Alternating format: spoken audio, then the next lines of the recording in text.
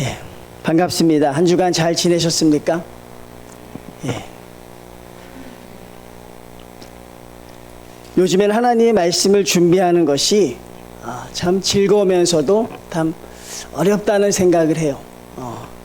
그 어려움이 무엇이냐면 예전에는 본문을 잘 택해서 그것을 멋있게 풀면은 또 좋은 설교가 되기도 하였거든요. 그런데 이제 제가 성도님들을 바라보면서 요즘에 제가 드는 생각은 여러분들이 겉모습을 볼 때가 사실은 참 좋았어요. 그게 무슨 말이냐면 그러니까 여러분들의 겉모습을 볼 때가 참 좋았습니다. 저분은 저렇게 또 저런 모습을 갖고 계시는구나. 그런데 사역을 하면서 이 성도님들의 그 삶의 모습이 자이던 타이던 또 제 눈에 비치거든요. 그 삶의 모습이 비치니까 그 삶의 모습을 통해서 또 여러분의 마음이 또 조금 이해가 되는 것입니다. 목회자로 할 수 있는 게 무엇이 있을까? 성도님들을 말씀으로 위로하고 싶다. 정말 저들의 마음을 좀 만져주고 싶다. 그러다 보니 설교 준비하기가 참 더 어려워졌어요. 그냥 본문만 설교할 때는 이렇게 하면 성도님들이 잘했다고 하겠다. 여기서 아멘을 할 것이고 또 끝나면 여기서 은혜를 받을 것이다. 그랬는데 이젠 그런 게 별로 중요하지 않은 거예요. 하나님이 저에게 맡겨주신 우리 사랑하는 성도들, 여러분의 마음이 좀 위로됐으면 좋겠고 여러분의 마음들이 이 말씀을 통해 새 힘을 얻고 돌아갔으면 좋겠다. 그런 생각을 간절히 합니다. 성도님들, 하나님의 말씀이 여러분에게 힘을 주실 줄로 믿습니다. 하나님의 말씀이 여러분을 하나님의 성도로 살아가게 하실 줄로 믿습니다. 무조건 믿으세요. 말씀이 여러분을 살리실 것입니다. 힘들고 어려운 시대를 살아갑니다. 세상이 힘들지 않다고 하더라도 개인적으로 힘들고 어렵습니다. 어려운 시대 아니겠습니까? 그 어려운 시대에 여러분, 우리를 더 힘들게 하는 건 좌절하고 있는 거예요. 어렵고 힘든 시기에 우리가 더 어려워지는 건 우리가 멈추어 서 있는 거예요. 어렵고 힘들 때 오히려 하나님의 역사가 더 대단했음을 여러분에게 보여주고 싶어요. 어렵고 힘들었을 때 하나님의 역사가 더 대단했다는 것. 그리고 그 하나님이 사용했던 사람은 그렇게 대단한 사람은 아니었다는 것. 그러니 여러분, 이 말씀을 마쳤을 때는 우리도 하나님이 사용하실 수 있는 사람이라는 확신이 드셔야 돼요. 그리고 어려운 시대에 역사하셨던 그 하나님이 바로 내 하나님이라는 것. 그리고 하나님은 저와 여러분이 멈추어 서 있기를 원치 않습니다. 좌절하고 서 있기를 원치 않습니다. 얼마든지 하나님을 찬양할 수 있는 성도로 살아갈 수 있음을 여러분들이 느끼고 또 깨닫는 복된 시간이 우리 다 되셨으면 좋겠습니다. 그래서 여러분, 혹시 말씀이 마쳤을 때는 여러분에게 신바람 나는 그런 일이 또 생겨나기를 또 간절히 바라면서 하나님의 말씀을 같이 나눕니다. 기드온이라는 사람이 등장하지요. 우리가 잘 알고 있는 기드온의 300명의 용사. 근데 기드온이라는 사람이 어떤 사람이냐? 그냥 기드온이 한 일을 기억하지만 기드온이 어떤 사람이냐에 주목하진 않아요. 그럼 하나님은 어떤 사람을 사용하느냐? 여러분, 하나님이 어떤 사람을 사용할까요? 근데 우리가 거기에 대해서 오해가 생겨날 수 있어요. 기드온의 직업은 무엇이냐면 여러분, 농부입니다. 농부를 비하할 마음은 없지만 전쟁의 대장을 농사짓던 사람을 세우는 나라의 왕은 없어요. 군인이 없었겠습니까? 여러분, 장수가 없었겠어요, 이스라엘에? 그런데 하나님은 왜 농부를 택하셨을까요? 왜 하나님은 농사 짓는 사람, 군인에 대한 전략도 무기도 아무것도 모르는 사람, 그런 사람을 하나님이 왜 큰 용사라고 하셨을까? 그리고 왜 그를 세우셨을까? 여러분, 우리는 여기서 하나님의 뜻을 깨달아 알아야 돼요. 우리 인간들은요, 자격이나 조건을 참 많이 따져요. 왜 그렇게 따지는지 모를 정도로 따집니다. 오히려 그 자격에 소외됐던 사람들은 오히려 더 자격을 따지는 것 같아요. 교회에서 목사를 새로 담임 목사로 할 때도 잘 모르시지만 무조건 박사가 와야 한다는 사람도 많아요. 본인은 그렇게 죄송합니다. 본인은 그렇게 가방끈이 막 길지 않으신데도 무조건 우리 교회 목사님은 박사가 와야 된대. 영어도 할 줄 알고 스페인어도 할 줄 알고 독일어도 할 줄 알면 더 좋겠다 그래요. 왜 이렇게 자격 조건을 따질까요, 여러분? 여러분, 하나님의 목회자에게 있어 중요한 게 무엇일까요? 성도들을 잘 목양하는 것, 그건 나중 문제죠. 먼저 그 목회자가 하나님을 사랑하느냐 하는 것, 하나님의 말씀에 순종하느냐 하는 게 훨씬 더 중요하죠. 근데 우리가 자꾸 그런 자격 조건을 따지는데 여러분만 그렇지 하나님은 안 그러세요. 여러분만 그렇게 자격 조건을 유난히 따지지 하나님은 그런 자격 조건을 따지질 않습니다. 하나님의 자격 조건은 딱 하나예요. 하나님의 부르심에 순종할 수 있느냐, 하나님이 어떤 말씀을 하시든지 따를 수 있느냐, 그러면 되는 거죠. 그러면 농부가 됐던 어부가 됐던 하나도 중요하지 않아요. 하나님이 쓰실 수 있는 사람으로 내가 자격을 갖추어야지. 우리 학생 중에 그런 학생들이 있어요. 하나님이 쓰실 수 있도록 좋은 학력도 갖추고, 하나님이 쓰실 수 있도록 내 외모도 좀 가꾸고, 하나님이 쓰실 수 있도록 좋은 배우자, 가정도 만나야지. 시작부터 잘못된 거예요, 여러분. 여러분, 헛된 꿈을 꾸고 있는 거죠. 여러분이 하나님의 사용받고 싶다면 한 가지만 하시면 돼요. 나는 어떤 식으로든지 하나님의 말씀에 순종할 것이다. 그게 안 되면 기도하면서 그것을 갖춰 나가면 여러분의 자격은 그렇게 중요하지 않다는 거예요. 그러니까 결국 뭐예요? 그 자격을 갖추는 건 하나님의 마음에 들기 위한 게 아니라 또 거기서 우리가 드러나고 있는 것은 뭡니까? 내 욕심이라는 것이죠. 나의 자녀를 하나님에 맞게 잘 양육해서 하나님께 드려야지. 근데 사실 하나님으로 시작했지만 자기의 욕심으로 끝나는 경우가 많죠. 하나님이 기드온이라는 사람, 농부를 들었었다는 건 이 사람이 여러분 군인이 아니에요. 군사가 아니에요. 그런데 그 안에 특별한 게 있었어요. 그 특별한 게 뭐였냐면 하나님의 말씀에 순종할 준비가 되어 있었다는 것입니다. 하나님이 어떤 말씀을 하시든지, 그러니까 기드온에게 하나님이 주시는 말씀이 뭐예요? 나가서 싸우라고 하지 않아요. 가만히 있다가 항아리를 깨뜨리라고 합니다. 그러면 이기겠다고 하는 것이죠. 항아리를 깨뜨릴 수 있는 사람이 필요했던 거예요, 하나님에겐. 하나님이 원하시는 사람은 칼을 갈고 나가서 적장의 목을 베는 그런 사람보다 하나님이 원하시는 사람은 항아리를 깨뜨릴 수 있는 사람이 필요했지요. 전쟁과 아무런 상관이 없는. 그러니 여러분, 기드온을 썼다는데 우리가 거기에 포인트가 있는 거죠. 하나님이 원하시는 사람은 무엇입니까?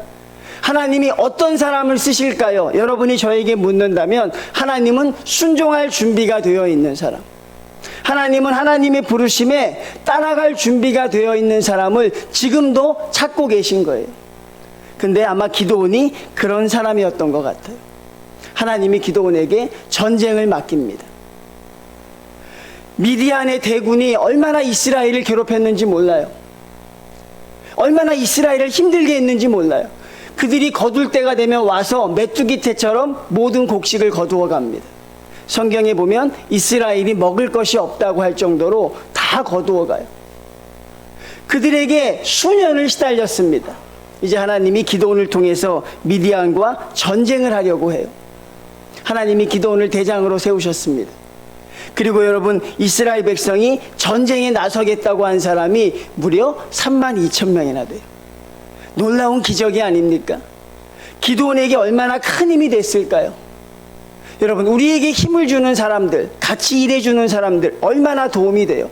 내가 같이 나가서 싸우겠습니다. 그 숫자가 무려 32,000명. 물론 미디안의 대군에는 턱없이 부족한 숫자예요. 기드온이 그걸 보고 얼마나 흐뭇했겠어요? 기드온이 그걸 보고 얼마나 새 힘을 얻었겠습니까? 어디에 기드온이 거기에 그의 모든 게 꽂혀 있었던 거예요? 숫자 32,000명이에요. 근데 하나님이 뭐라고 하는 거예요? 그 숫자를? 너무 많다고 하시는 거예요. 너무 많다. 하나님 뭐가 많습니까? 저 사람들도 가고 턱없이 부족할 터인데 하나님은 많다고 하십니다. 32,000명이 많다고요, 여러분. 여러분, 우리가 살아가면서 우리가 밀접하게 접하는 게 있습니다. 그게 바로 무엇이냐면 숫자입니다. 숫자. 싫던 좋던 우리의 모든 것은 숫자와 밀접한 연관을 가지고 있어요. 여러분, 내가 살아온 지 얼마나 됐을까? 아마 나이가 없었다면 가늠할 수 없었을 거예요. 나이가 없었다면 내가 지금 어떤 상태인가 아마 몰랐을 거예요. 근데 나이가 있으니까 내가 살아온 연수가 딱 보이지 않습니까? 우리의 살아가는 모든 것들이 다 숫자와 관련되어 있어요. 아침부터 일어나서 혈압을 재는 사람들이 있어요. 아침부터 일어나서 혈당을 재는 사람들이 있어요. 그 하루가 참 중요해요, 그 사람들한테. 왜? 숫자가 잘 나오면 참 좋으니까. 알게 모르게 숫자의 노예가 되어가고 있어요. 혈압이나 혈당이 잘 나오면 참 기분이 하루가 상쾌하게 출발을 하죠. 그렇죠? 자, 우리의 모든 게 숫자하고 되어 있는 것이죠. 그런데 이 숫자와 하나님은 과연 어떤 관계일까? 우리가 그토록 의지하는 숫자와 하나님과의 관계는 어떤 관계일까요? 그리고 우리가 하나님의 말씀 앞에 우리가 어떤 모습을 보이게 될까? 여러분, 결론적으로 말씀을 드리면 여러분이 숫자를 셀수록 하나님과는 멀어집니다. 우리가 숫자를 의지하면 의지할수록 하나님과는 멀어진다는 거예요. 예수님이 오병이어의 기적을 일으키시려고 합니다. 그리고 빌립이라는 제자에게 주님이 이렇게 이야기합니다. 빌립아, 내가 저 사람들을 먹여야 될 터인데 어떻게 할지 방법을 찾아보라 그래요. 성도님들, 주님께서 여러분에게 묻습니다. 내가 너에게 어떤 일을 할 것인데 방법을 찾아보라고 하면 그것이 얼마나 은혜입니까? 물으시는 분이 누구예요? 예수님이십니다. 예수님이 물으실 때는 어떤 능력도 행하시겠다는 것 아닙니까? 그러면 빌립이 무엇이든지 해야 되는데 빌립은 뭐라고 대답합니까? 예수님, 저 사람들을 다 먹이려면 또 숫자가 나와요. 거기서 200데나리온 정도가 필요합니다. 여러분, 주님의 질문 앞에 숫자로 대답을 해요. 숫자로 대답한다는 건 뭐예요? 그것을 감당할 수 없으니 안 된다는 것입니다. 우리는 여러분 숫자로 판단을 해요. 된다 안 된다를. 학생들의 점수도 마찬가지입니다. 그 점수를 딱 판단하고 된다 안 된다를 평가하죠. 그리고 때로는 숫자를 줄이기도 하고 때로는 숫자를 늘리기도 합니다. 이 수라는데 우리가 의지를 많이 하는데 이 결론은 하나예요. 무엇입니까? 숫자가 많으면 우리의 마음에 기쁨이 있고 숫자가 적으면 우리 마음에 기쁨이 없다는 거예요. 한국교회도 그렇습니다. 한국교회 성도가 얼마나 될까요, 성도님들? 우리나라 성도가? 예전에는 1000만이라고 했어요. 지금은 얼마 정도 될까요? 지금은 조심스럽게 한 750만, 800만 정도 된다 그래요. 우리나라 인구가 5천만이니 어느 정도인지 알겠죠. 그런데 교회의 통계를 조사해 보면 몇 명이라 그랬어요? 각 교회에서 우리 교인이 몇 명이다 통계를 내면 교인만 5천만 명이 넘습니다. 교인만 5천만 명이 넘어. 예전에 보니까 뭐 7천만 명, 8천만 명까지. 왜? 각 교회들마다 우리 교회의 숫자가 몇 명입니까 하면 사돈에 8존에 다 갖다 대는 거예요. 한번 왔던 사람 이름 다 돼요. 그러니까 출석 인원은 20명인데 우리 교회는 100명입니다. 왜 그럴까요, 여러분? 왜 교회의 숫자를 부풀릴까요? 그게 숫자가 주는 함정이라니까요. 우리 교회는 그 정도 되는 교회입니다. 기도로 말할 자신이 없는 거예요. 성도들의 성숙함으로 세상에 말할 자신이 없어요. 우리 교회가 이런 교회입니다. 이렇게 뜨겁습니다. 이렇게 기도합니다. 그렇게 말할 자신이 없어요. 그러니까 어디에 편승하는 거예요? 우리 교회는 지금 1000명 모이고 있습니다. 그럼 또 듣는 사람이 또 잘 알아들어요. 아, 대단한 교회군요. 우리 교회는 지금 10명 모이고 있습니다. 어떻게 하면 좋을까? 그러니까 어떻게 돼요? 찌를 안 당하려고 다 부풀리는 거예요. 이 숫자의 함정이 그렇게 있다는 것입니다. 이 기도원이라는 사람이 32,000명 그 이야기를 듣고 얼마나 그가 새 힘을 얻었겠습니까? 해볼만 하겠구나. 근데 하나님이 너무 많다고 하십니다. 우리는 적지만 하나님은 너무 많다고 하십니다. 왜 그렇게 하실까요, 하나님이? 바로 2절 말씀에 답이 나와요. 너를 따르는 백성이 너무 많다. 그 이유가 무엇입니까? 내가 그들의 손에 미디안 사람을 넘겨주지 아니하리니 전쟁에서 승리해도 너희가 잘나서 이겼다고 할 것 같다. 32,000명이 싸워서 이겼다고 할 것 같으니 내가 그거는 원치 않는다는 거예요. 결국 하나님은 뭘 보여주고 싶었어요? 하나님의 나라는 하나님이 인도해 가시는 거예요. 하나님의 나라는 하나님이 끌어가시는 거예요. 근데 우리가 숫자에 자꾸 몰입되어 있다 보면 내가 한 줄 아는 것이죠. 대표적인 인물이 다윗입니다. 다윗이 말년에 인구조사를 합니다. 나라의 백성이 몇 명인가 쉬어봐요. 그게 왜 죄가 됩니까? 왕이 돼서 백성의 수를 쉬어보는 게 왜 죄가 될까요? 아, 내 나라가 이렇게 크구나. 아, 내가 이렇게 큰 걸 이루었구나. 스스로 만족하기 때문에 그런 거예요. 그래서 하나님은 이 숫자를 성도들이 세는 걸 기뻐하지 않아요. 그래서 어떻게 합니까? 너무 많다. 돌려보내라고 합니다. 여러분, 돌려보내는 조건이 뭡니까? 32,000명의 사람이 모였는데 돌려보내는 조건이 뭐냐면 두려워 떠는 자는 돌아가라 그래요.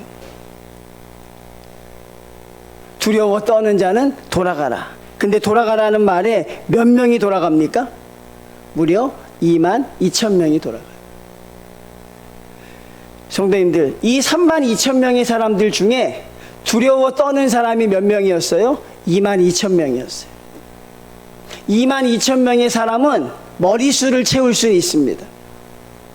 22,000명의 사람은 함께 싸워서 나갈 용기는 있지만 22,000명의 사람은 하나님이 함께하지 않는 사람이에요.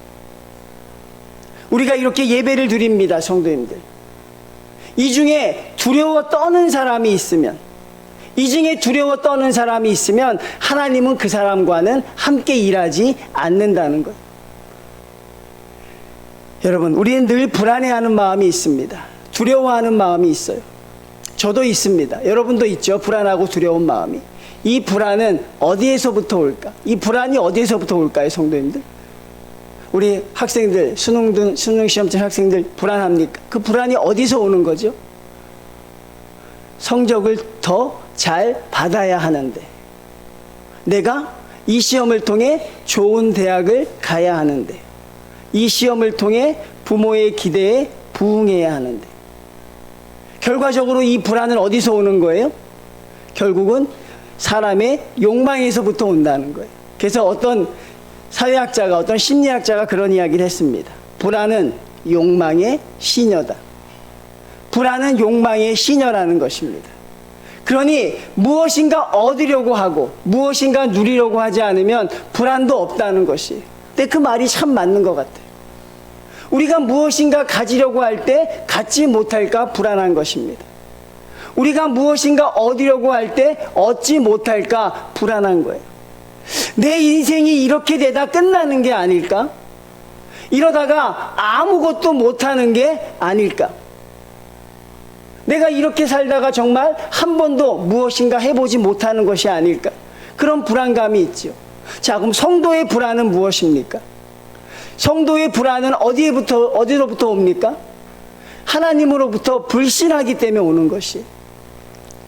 하나님을 불신할 때 성도들에게 반드시 오는 것이 무엇이냐면 그게 불안과 두려움이에요. 나를 항상 믿으라고 했는데 하나님을 믿지 못하면 성도에게 필연적으로 따라오는 두 가지가 있어요. 불안과 두려움입니다. 그럼 그 불안과 두려움은 왜 오는 것이에요? 하나님을 믿지 못하기 때문에, 하나님이 나와 함께 하심을 믿지 못하니까 결국은 불안하고 두려운 것이. 자, 32,000명의 사람이 모였어요. 그 중에 22,000명은 하나님이 나와 함께 한다는 믿음이 없는 사람들이었어요. 두세 명이 모인 곳에 하나님의 나라를 이룰 것이라고 하였지만 아무리 많은 머리수가 있더라도 놀라운 사실은 그 중에 22,000명은 하나님이 나와 함께 하심을 믿지 못하는 사람이었어요. 이 전쟁에 나가서 우리가 승리하지 못할 수도 있다. 싸우긴 싸우지만 하나님이 나와 함께 하신다는 그 마음이 없으니까 내가 죽으면 어떡하지? 전쟁에서 패하면 어떡하지? 그러니까 여러분, 왜 머리수에 만족하냐는 것이, 정말 중요한 것은 무엇입니까? 하나님을 두려워하지 않는 숫자가 중요한 것이죠. 22,000명의 사람은 사람에게 위안은 줄 수 있지만 그 마음에 하나님을 불신하는 거예요. 전쟁에 나간 군사가 하나님을 믿지 못하고 있는 안타까운 모습이 있어요. 그래서 22,000명을 하나님이 돌려보냅니다. 이제 몇 명이 남았어요? 10,000명밖에 남지 않았어요. 3분의 1 이상이 줄었습니다. 하나님이 또 뭐라고 하십니까? 그것도 많다 그래요. 그것도 많다고 합니다. 그럼 하나님이 어떻게 하십니까? 한 가지 시험을 하세요. 근데 하나님의 시험을 보시면 여러분, 하나님의 시험이 이해가 되십니까? 우리가 하나님께 신앙생활 하면서 하나님의 뜻을 모를 때가 참 많지만 이것도 그래요. 전쟁에 나가려는 사람이면 어떤 시험을 해야 될까, 성도님들? 오늘날 우리나라 같으면 총을 쏘든가 아니면 탱크를 몰든가 그런 훈련을 해야 되는데, 하나님이 시키신 훈련은 뭐예요? 물을 먹이는 훈련을 합니다. 전쟁과 아무런 상관이 없어요. 기드온에게 하나님이 명령하십니다. 이스라엘 백성들에게 물을 먹이라고 합니다. 근데 그 중에 10,000명 중에 무려 9,700명은 물을 어떻게 먹어요? 성경 그대로 표현하면 무릎을 꿇고 개가 핥는 것 같이 먹는다. 전쟁과 물 먹는 게 상관이 있어요, 성도님들? 사랑하는 성도님들, 전쟁과 물을 먹는 게 상관이 있습니까?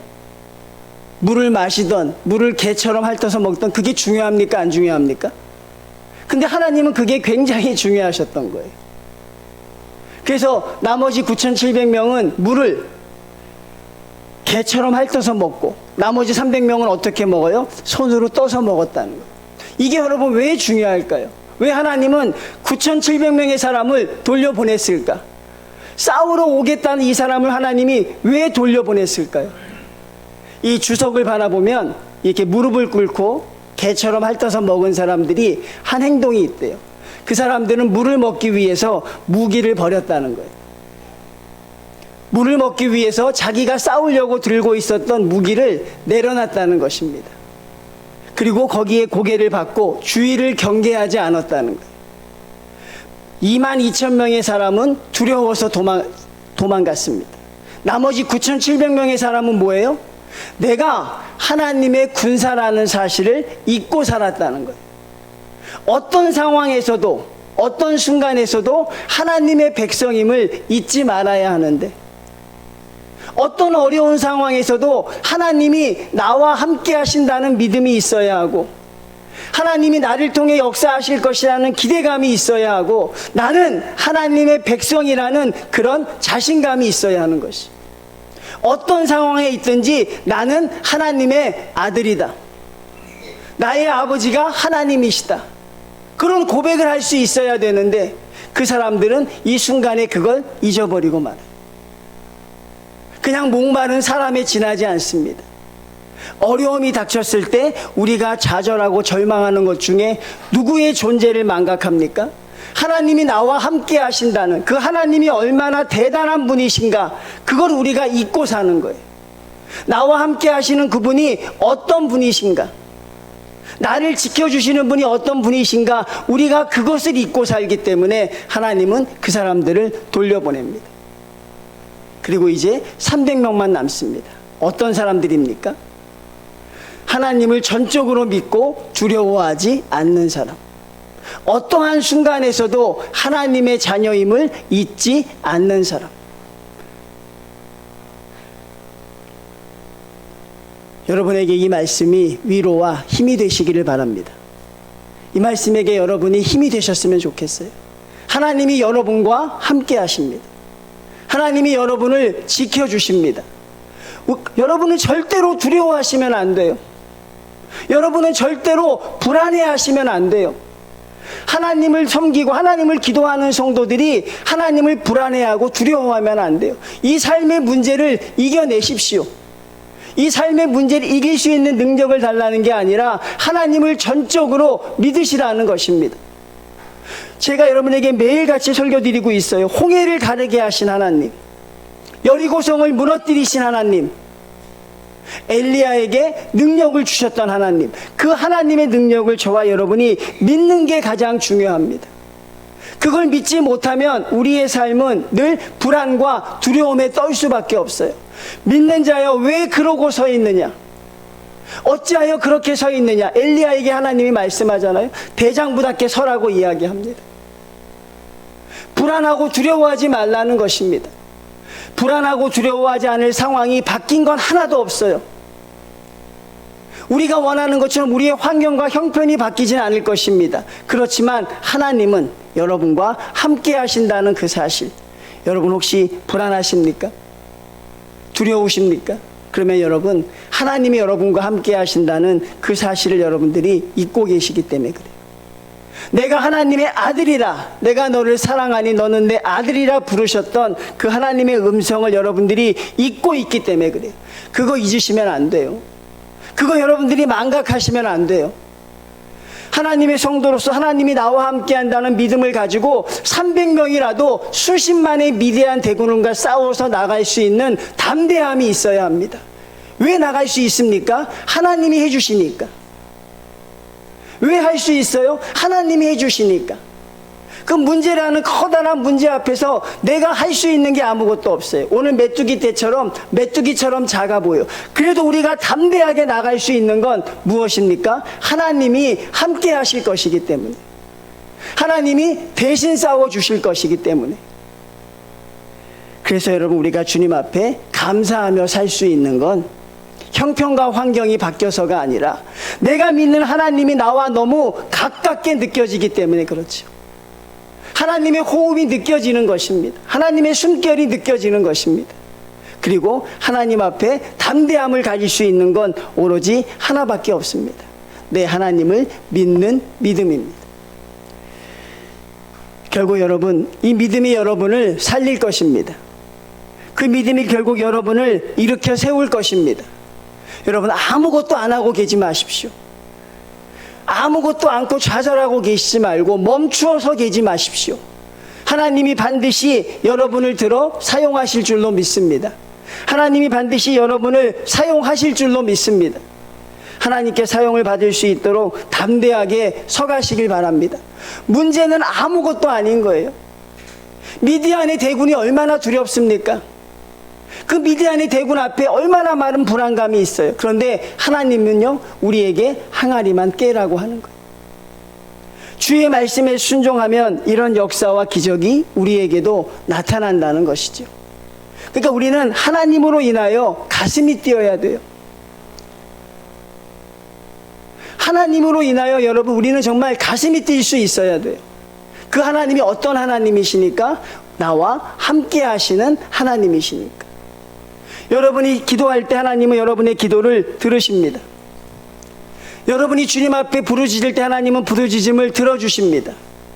그리고 하나님은 여러분에게 일할 준비를 하여 주신다는 사실입니다. 그러니 여러분, 숫자를 믿으시겠습니까? 하나님을 믿으시겠습니까? 숫자를 믿으시겠어요? 하나님을 믿으시겠어요? 형편과 환경을 믿으시겠어요? 하나님을 믿으시겠어요?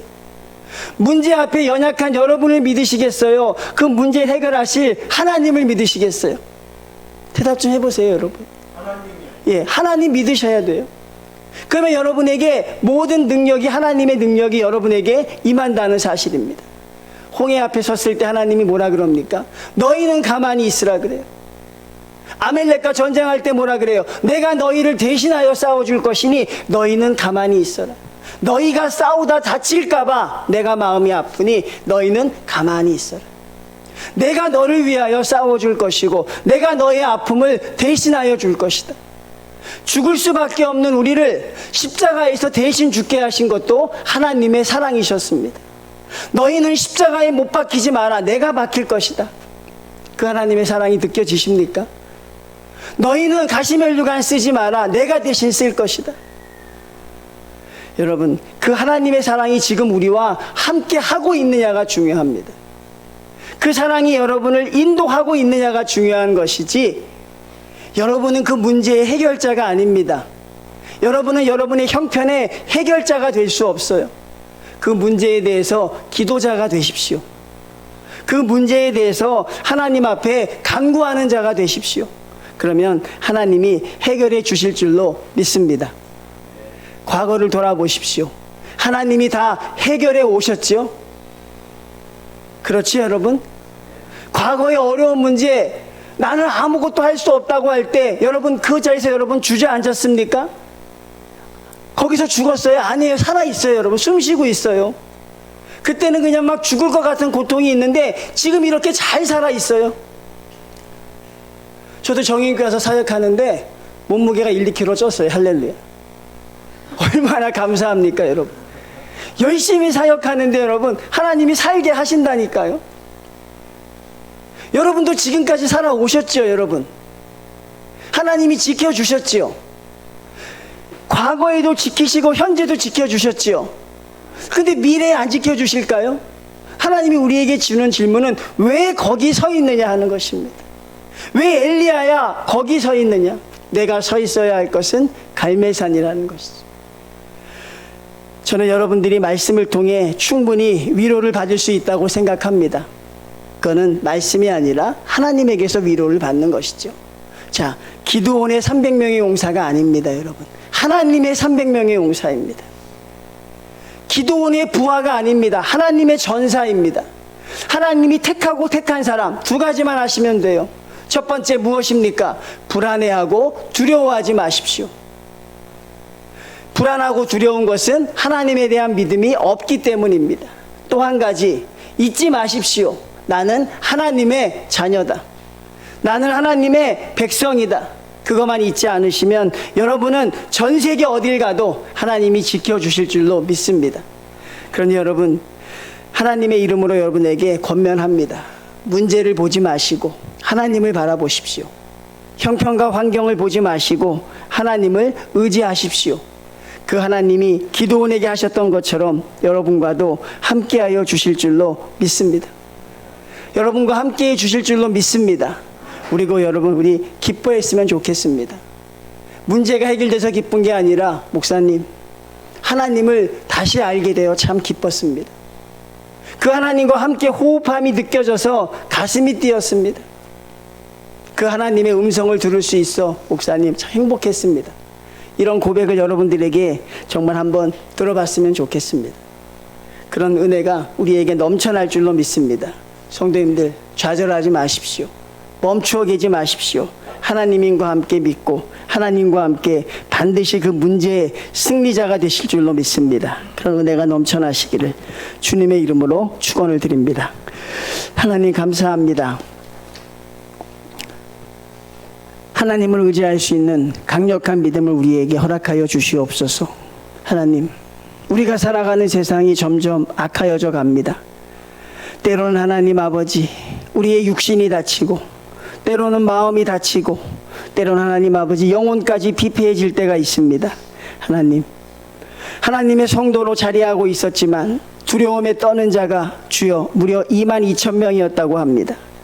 찬양을 부르고 말씀을 보지만 하나님을 온전히 믿지 못하여 두려워하는 그 22,000명의 성도가 되지 않도록 인도하여 주시옵고, 또 하나님 아버지, 하나님 앞에 내가 하나님의 자녀라는 사실을 잊고 연약한 사람으로 살아가는 자들이 9,700명이었다고 합니다. 하나님, 그들의 무리에도 속하지 않게 하여 주시고, 하나님 300명의 용사가 되어서 하나님 두려워하지 않고 하나님의 자녀임을 믿고 확신하며 세상을 바꾸어낼 수 있는 하나님 그런 300명의 용사가 될 수 있도록 허락하여 주시옵소서. 하나님, 이 재단에 속한 사랑하는 성도들 한 사람 한 사람 그런 성도, 그런 능력을 가진 하나님의 사람으로 거듭날 수 있도록 주여 지켜주시옵고, 그렇게 될 때까지 함께하여 주시옵소서. 예수님의 이름으로 기도드리옵나이다. 아멘.